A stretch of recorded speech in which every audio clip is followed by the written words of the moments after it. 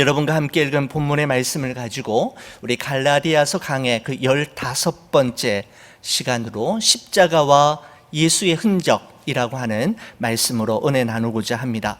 여러분, 사도 바울이 성령의 감동하심을 따라 바울 서신 13권을 기록하는데, 그 바울 서신 13권 중에서 가장 먼저 기록된 편지, 서신이 바로 갈라디아서입니다. 그가 다메섹 도상에서 예수님을 만나고 회심한 이후 약 15년의 세월이 흐른 AD 48년에서 49년 사이에 이 갈라디아서가 기록되었을 것이다, 이렇게 학자들은 보고 있습니다. 당시 안디옥 교회의 파송을 받아 바나바와 함께 제1차 전도 여행을 떠난 사도 바울은 갈라디아 지방의 남쪽에 위치한 도시들, 예를 들어서 비시디아 안디옥이나 이고니온, 그리고 루스드라와 더베에서 복음을 전했는데, 그 복음의 열매로 교회가 세워지게 되었습니다. 바로 갈라디아 교회입니다. 그러던 어느 날이었습니다. 사도 바울은 갈라디아 지방에 세운 교회로부터 아주 심상치 않은 소식을 듣게 되는데, 그것은 사도 바울이 그 도시를 떠난 이후로 거짓 교사가 교회 안으로 들어와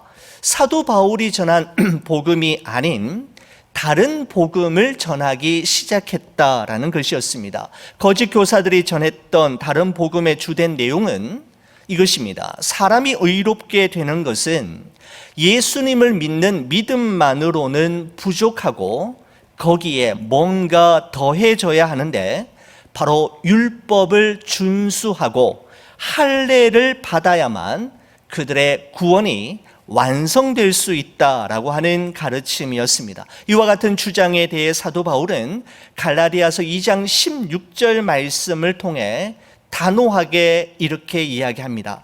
사람이 의롭게 되는 것은 율법의 행위로 말미암음이 아니요 오직 예수 그리스도를 믿음으로 말미암는 줄 알므로 우리도 그리스도 예수를 믿나니 이는 우리가 율법의 행위로서가 아니고 그리스도를 믿음으로써 의롭다함을 얻으려 함이라.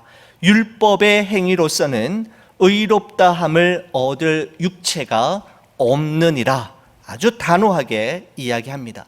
다른 복음은 복음이 아니며 다른 복음에 대해서만큼은 털끌 만큼도 타협하거나 또한 물러설 여지가 없음을 그는 이야기하였던 것입니다. 여러분, 그리고 드디어 오늘 본문의 말씀으로 갈라디아서의 대단원의 막을 내리면서 결론을 짓고 있습니다. 자, 오늘 본문 11절의 말씀을 한번 보시기 바랍니다. 이렇게 기록합니다. 내 손으로 너희에게 이렇게 큰 글자로 쓴 것을 보라, 이렇게 이야기합니다. 여러분, 사도 바울은 서신서 13권을 기록할 때 자신이 직접 손으로 쓰는 것이 아니라 바울이 말하면 바울이 말하는 것을 듣고 곁에서 받아 쓰는 사람이 따로 있었습니다. 대필자가 따로 있었다라는 것입니다. 여러분, 예를 들어서 가장 위대한 편지, 그리고 복음의 심장이라고 불리우는 그런 별명을 가지고 있는 로마서 같은 경우에도 바울이 직접 손으로 쓰는 것이 아니라 그에게 대필자가 있었음을 보게 되는데, 로마서 16장 22절의 말씀에 보면 이런 기록이 있습니다. 이 편지를 쓰는 나 더디오는, 갑자기 더디오가 나오고 있죠. 주 안에서 너희에게 문안하노라 라고 되어 있습니다. 무슨 말이냐면, 로마서는 사도 바울이 성령의 감동하심을 따라 말하면 바울의 곁에 있었던 더디오라고 하는 자가 그의 말을 받아 적음으로 완성된 것이 바로 로마서인데, 로마서뿐만 아니라 다른 서신서도 대략 모두 다 대부분이 이와 같은 형식으로 기록되었다, 이렇게 보면 정확합니다. 여러분, 그리고는 가장 마지막에 사도 바울 자신이 쓴 것이나 다름없다는 것을 확인시키기 위해 자필 서명을 하거나 개인적인 인사말을 직접 몇 자 더 써서 추가하는 형식으로 서신서가 기록이 되었습니다. 여러분, 그런데 다른 서신서와는 달리 갈라디아서에서는 이렇게 이야기합니다. 내 손으로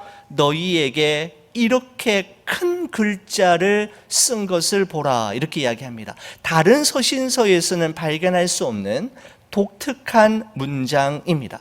왜 큰 글자로 쓴다라고 이야기하는 걸까요? 어떤 학자들은 사도 바울의 눈이 시력이 좋지 않아서 큰 글자로 썼노라고 해석하는 분들도 있지만, 그것보다는 11절부터 18절까지의 내용은 정말 중요한 이야기이기 때문에 1세기의 갈라디아 교회 성도들과 갈라디아서를 읽는 모든 독자들에게 특별히 강조하고 집중하도록 하기 위해, 또는 이 편지가 많은 사람들 앞에서 낭독이 되어진다면 낭독하는 사람이 좀 더 큰 소리로 읽어서 이 부분의 중요성을 느낄 수 있도록 하기 위해 큰 글자로 썼다고 보는 것이 좀 더 타당한 해석이라고 개인적으로 생각합니다.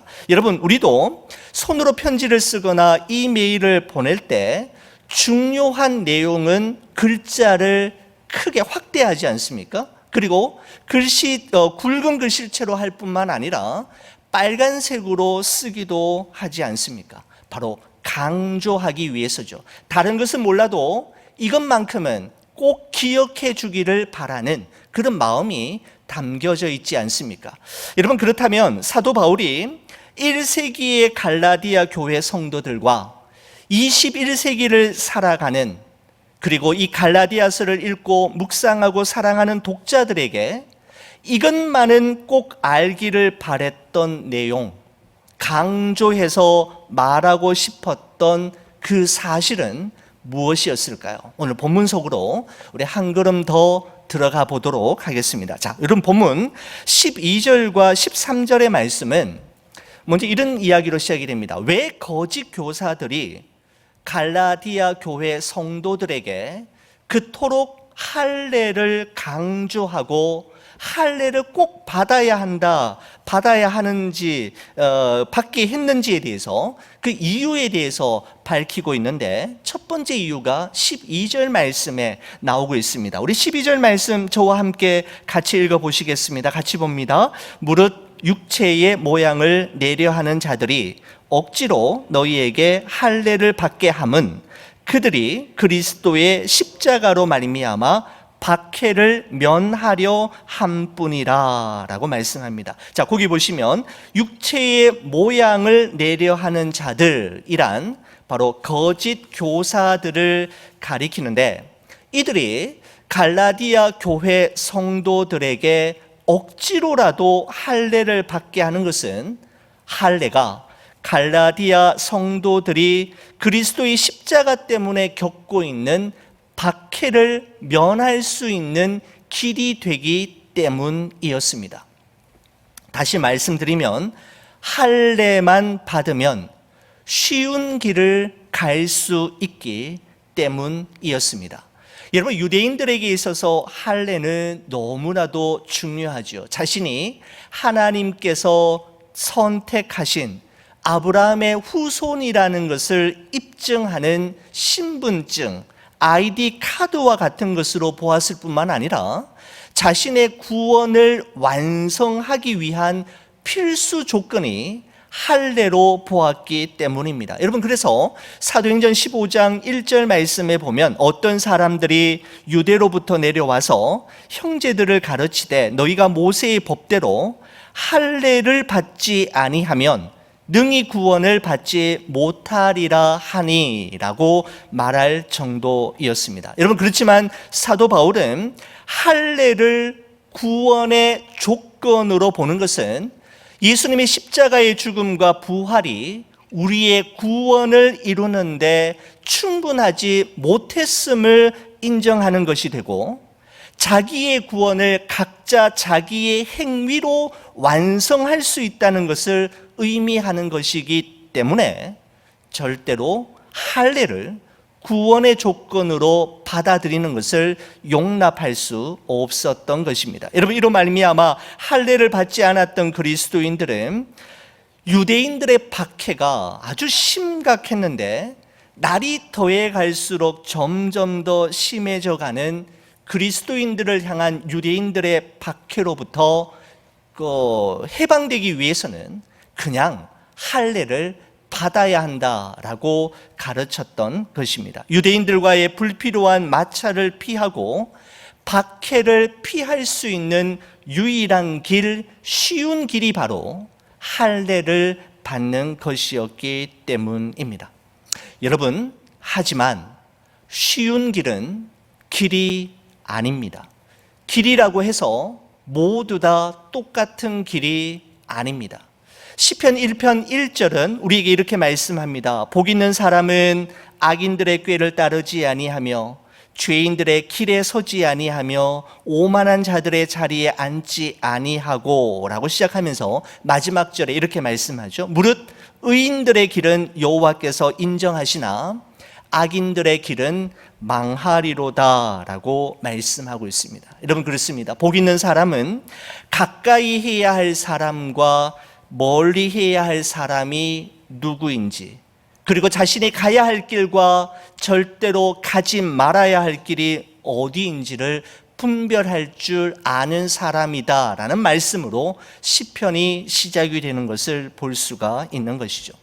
여러분, 예수님을 따르는 제자의 길, 십자가의 길, 그리고 좁은 길은 어느 것 하나 쉽게 요령 부리면서 갈 수 있는 길은 아니지만 그 길이야말로 하나님께서 인정하시는 의인의 길임을 성경은 우리에게 분명하게 말씀하고 있습니다. 사랑하는 성도 여러분, 쉬운 길이 아니라 비록 고난과 시련과 기다림과 인내가 있을지라도 하나님께서 인정하시는 길, 주님과 함께 걷는 그 길을 구하시는 여러분과 제가 되기를 간절히 축원을 드립니다.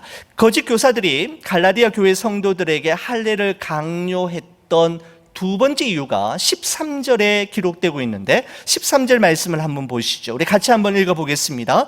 할례를 받은 그들이라도 스스로 율법은 지키지 아니하고 너희에게 할례를 받게 하려 하는 것은 그들이 너희의 육체로 자랑하려 함이라, 이렇게 말씀하고 있습니다. 여러분, 이 말씀은 거짓 교사들이 다른 사람들에게는 율법을 지켜야 의롭다함을 받고 구원을 얻는다고 열심히 가르치지만 정작 자기 자신들은 자신들이 가르치는 율법과는 전혀 상관없는 이율배반적인 삶을 살아간다라는 것입니다. 여러분, 이런 자들을 향해 하나님께서는 이사야 선지자를 통해 이렇게 말씀하신 적이 있습니다. 주께서 이르시되 이 백성이 입으로는 나를 가까이 하며 입술로는 나를 공경하나 그들의 마음은 내게서 멀리 떠났나니 그들이 나를 경외함은 사람의 계명으로 가르침을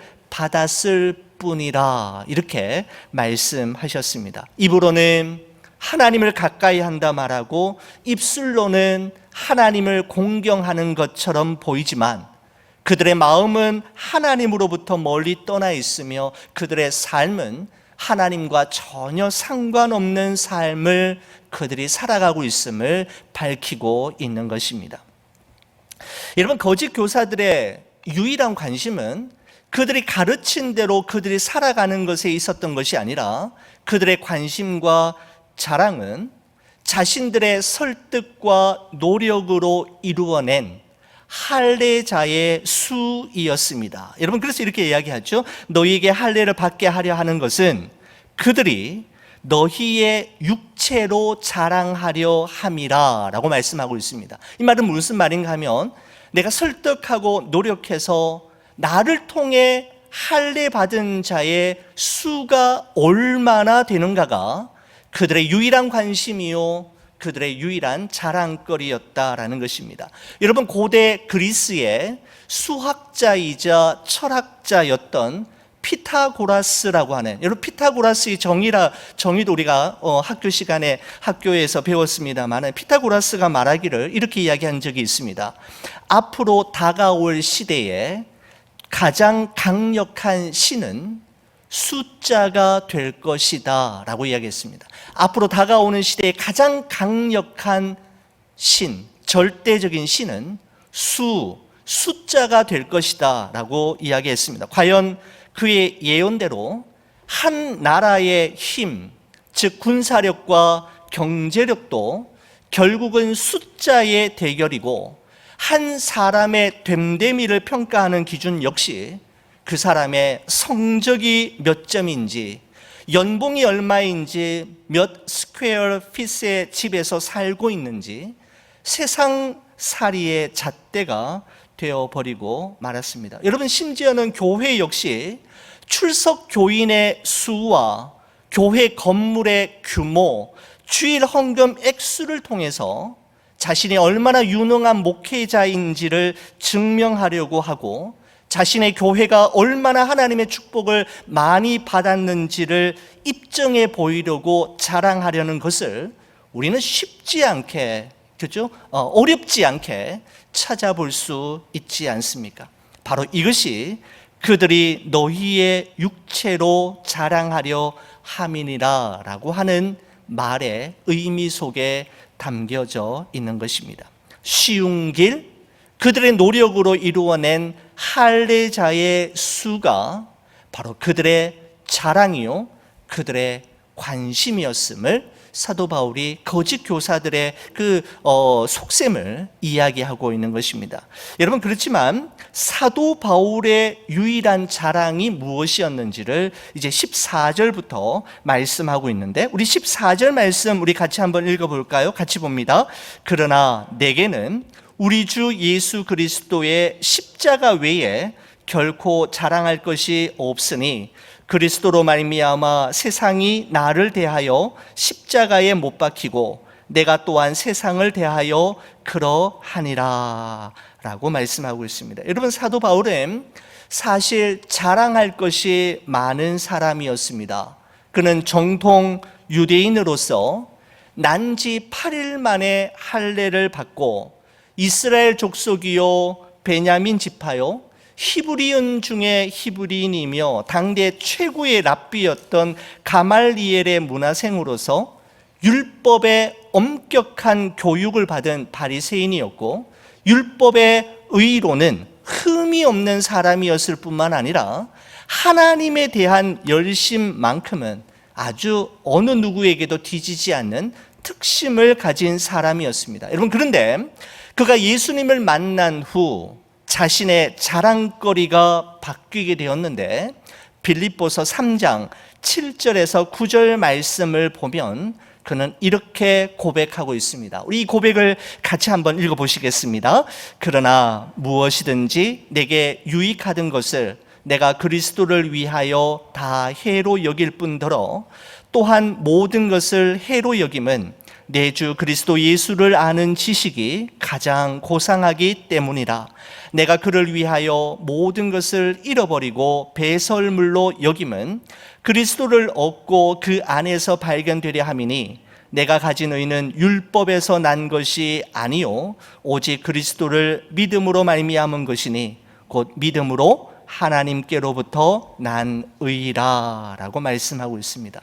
사도 바울은 예수님을 알기 전에는 자신에게 너무너무 중요했고 자신의 모든 것이었으며 자신이 오늘도 살아가는 이유가 되었으며 절대로 포기할 수 없는 것들을 예수님을 믿은 이후로는 다 해로 여기고 배설물로 여겼다라고 이야기합니다. 여러분, 어떻게 그럴 수 있었습니까?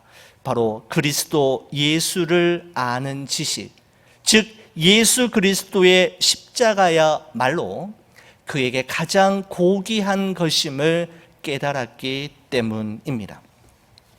이런 말씀을 준비하면서 찬송가 149장 주 달려 죽은 십자가라고 하는 찬송가가 생각이 났습니다. 여러분 1절 2절 가사에 보면 이렇습니다. 주 달려 죽은 십자가 우리가 생각할 때에 세상에 속한 모든 욕심을 헛된 줄 알고 버리네.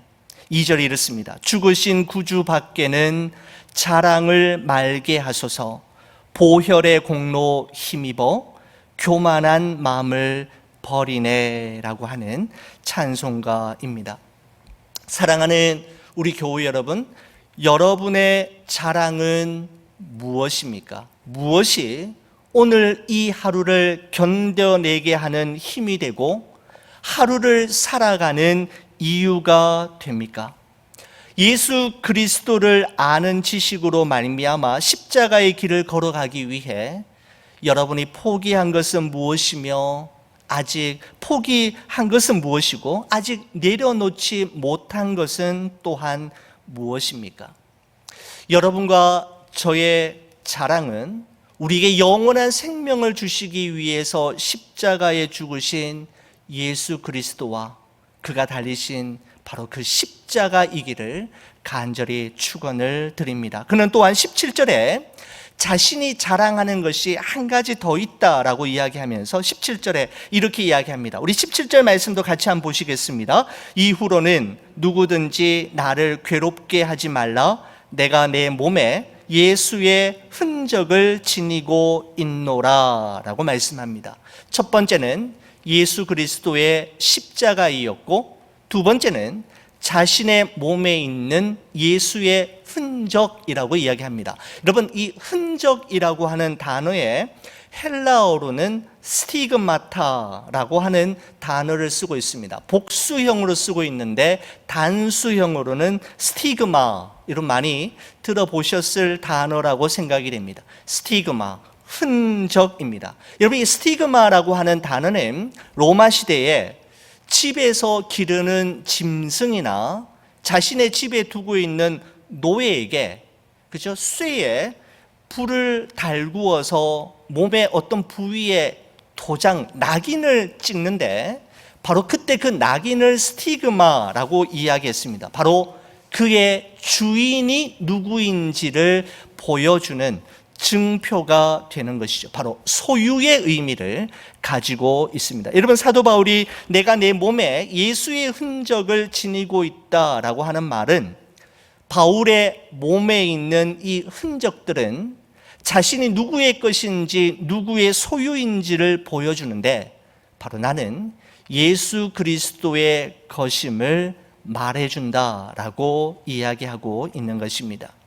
여러분, 사도 바울이 말하고 있는 이 예수의 흔적은 바울이 예수 그리스도의 복음을 전함으로 인해 생겨난 몸에 새겨진 상처를 의미합니다. 예수 그리스도 때문에, 그의 복음 때문에 십자가의 길을 걸어가는 과정으로 인해, 과정에서 경험한 여러 가지 어려움으로 인해 생겨난 몸의 상처입니다. 여러분, 고린도 후서 11장 23절에서 27절의 말씀을 여러분 한번 우리가 한 절씩 교독해 보도록 하겠습니다. 23절 제가 먼저 보겠습니다. 그들이 그리스도의 일꾼이냐 정신없는 말을 하거니와 나는 더욱 그러하도다. 내가 수고를 넘치도록 하고 옥에 갇히기도 더 많이 하고 매도 수없이 맞고 여러 번 죽을 뻔하였으니 유대인들에게 40에서 하나 감한 매를 5번 맞았으며 3번 태장으로 맞고 1번 돌로 맞고 3번 파선하며 1주야를 깊은 바다에서 지냈으며 여러 번 여행하면서 강의 위험과 강도의 위험과 동족의 위험과 이방인의 위험과 시내의 위험과 광야의 위험과 바다의 위험과 거짓 형제 중에 위험을 당하고, 같이 봅니다. 또 수고하며 애쓰고 여러 번 자지 못하고 줄이며 목마르고 여러 번 굶고 춥고 헐벗었노라 라고 고백합니다. 바로 이것이 바로 사도 바울의 몸에 새겨진 예수의 흔적, 그가 그리스도의 복음을 순종하며 따르다가 십자가의 길을 걸어가다가 경험하게 된 자신의 몸에 새겨진 상처와 아픔을 이야기하는 것이었습니다. 여러분, 고대 전쟁에서 승리하고 돌아온 사람들은 자신의 나라와 마을 그리고 가족을 위해 용기 있게 싸우다가 생긴 자신의 몸에 난 영광의 상처와 흔적들에 대해서 아주 자부심을 가지고 사람들에게 자랑스럽게 내보였다고 합니다. 마을을 위해, 가족을 위해 전쟁에 나가 싸우는 중에 맞은, 새겨진 상처에 대해서 부끄러워하거나 감추려고 하지 않고 자랑스러워하고 보여주려고 자부심을 느꼈다라는 것이죠. 여러분, 이처럼 사도 바울은 예수 그리스도와 그의 십자가를 증거하다가 생겨난 수많은 상처의 흔적들을 예수의 흔적, 스티그마라고 부르면서 자랑스러워하며 자부심을 가지고 있는 것을 보게 되는 것이죠. 사도 바울에게 중요한 것은 할례의 흔적이 아니라 예수의 흔적이었음을 알게 됩니다. 바로 그의 몸에 또렷이 새겨진 상처의 흔적들은 예수님께 충성한 결과로 받은 고난의 흔적이었으며 고생의 상처이었던 것입니다. 여러분, 그렇습니다. 흔적이 그 사람의 삶을 말해 준 것입니다. 여러분, 사도 바울은 갈라디아서의 마지막 결론을 내리면서 갈라디아 교회 성도들뿐만 아니라 이 갈라디아서를 묵상하는 오늘날의 독자들에게 여러분에게는 어떤 예수의 흔적이 남아있는지를 묻고 있는 것입니다. 사랑하는 우리 교회 여러분, 여러분에게는 예수의 흔적이 있으십니까? 어떤 예수의 흔적이 있습니까? 여러분의 삶에는 십자가의 흔적, 성령님께서 내 삶에서 일하셨다라는 것을 증명하는 흔적이 있습니까? 아니면 예수의 흔적과 십자가의 흔적이 아닌 세상의 흔적으로만 가득하지는 않으십니까? 탐심과 탐욕으로 더 많은 것과 더 좋은 것을 소유하기 위해 더 높은 것과 더 나은 자리를 오르려다가 받은 상처, 육신의 정욕과 안목의 정욕과 이생의 자랑을 위해 경쟁하며 살다가 받은 그런 상처만 남아있지는 않습니까? 하나님께서는 우리 몸에 그리고 우리의 삶에 남겨진 그 흔적을 보시고 우리의 삶을 평가하실 것입니다. 그 흔적은 바로 그 사람의 삶에 성령의 열매가 맺혔다라는 것을 증거하는 것이요, 예수님을 위해 고난받으며 성령을 따라 살았다는 증거가 될 것입니다. 여러분, 갈라디아서의 마지막 장 마지막 절은 18절에 다음과 같은 말씀입니다. 우리 같이 한번 마지막 장, 우리 마지막 절 우리 같이 한번 읽어볼까요? 형제들아, 우리 주 예수 그리스도의 은혜가 너희 심령에 있을지어다. 아멘. 이렇게 마무리가 됩니다. 여러분, 사도 바울은 갈라디아서를 시작하면서 언급했던 갈라디아 교회 성도들을 부르신 그 예수 그리스도의 은혜, 죄인 중에 괴수와 같은 바울 자신을 부르신 그 예수 그리스도의 은혜가 다시 한번 갈라디아 교회와 성도들의 심령 가운데 임하기를 위해 기도하며 그 주 예수 그리스도의 은혜가 임할 때 교회와 성도가 새롭게 되고 다시 복음 앞으로 돌아오게 될 것을 확신하는 기도로 마무리하고 있는 것을 볼 수가 있습니다. 여러분, 갈라디아서 강의를 시작하는 날 말씀드렸던 것처럼 교회의 교회됨과 성도의 성도다움은 우리 주 예수 그리스도의 은혜가 그 교회와 그 성도들의 심령 가운데 차고 넘쳐날 때 가능한 것입니다. 여러분, 썰물로 인해 바닷물이 빠져나간 텅 빈 갯벌 진흙탕 속에 있는 그 배를 끌려고 하면 여러분 얼마나 힘이 들겠습니까? 여러분, 하지만 텅 빈 갯벌에 밀물이 들어와서 물이 차오르게 되면 배가 떠오르게 되고, 그때는 너무나도 쉽게 자기가 원하는 곳으로 그 배를 이동시킬 수가 있는 것이죠. 여러분, 이와 같이 교회와 온 성도들의 심령 가운데 우리 주 예수 그리스도의 은혜가 가득히 차오르게 되면 비로소 그때는 교회가 교회될 수 있고 성도가 성도다울 수 있게 되는 것입니다. 여러분, 그러므로 교회의 진정한 부흥은 목회자와 그 성도들이 되게 하는 것이 아니라 그분의 은혜로 되어지는 것임을 우리는 분명히 기억해야 합니다. 여러분, 갈라디아서의 마지막 우리 말씀을 여러분과 함께 나누면서 우리 주 예수 그리스도의 은혜가 우리 좋은 비전 교회와 우리 성도님들의 심령과 가정 위에 가득 넘쳐나기를 우리 주의 이름으로 축원을 드립니다. 기도하시겠습니다.